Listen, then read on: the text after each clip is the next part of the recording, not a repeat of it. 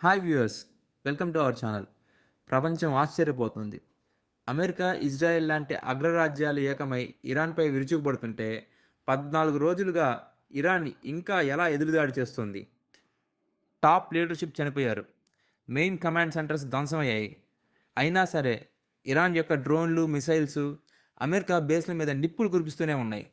దీని వెనుక ఉన్న ఆ సీక్రెట్ వెపన్ పేరే మొజాయిక్ డిఫెన్స్. ఈ వ్యూహకర్త పేరు మహమ్మద్ అలీ జఫారీ. ఇతను గమనించిన ఒకే ఒక పాయింట్: 2003లో సద్దాం హుస్సేన్ ఎందుకు ఓడిపోయాడు? ఎందుకంటే అక్కడ అధికారం అంతా ఒక్కరి చేతిలోనే ఉంది. మెయిన్ లీడర్ ఖతమైతే సైన్యం అంతా చేతులు ఎత్తేసింది. కానీ ఇరాన్ అలా కాదు. జఫారీ ఇరాన్ను 31 ముక్కలుగా విభజించాడు. అదే 31 ప్రొవిషనల్ యూనిట్స్.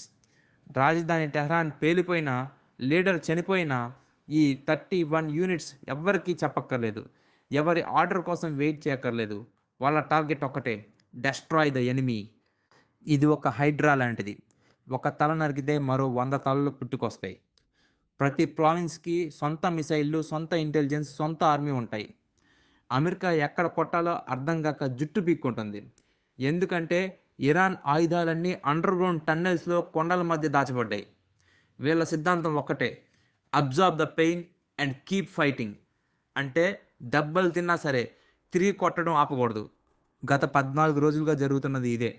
అమెరికా బాంబులు వేస్తున్నా ఇరాన్ నుంచి డ్రోన్ల వర్షం ఆగడం లేదు.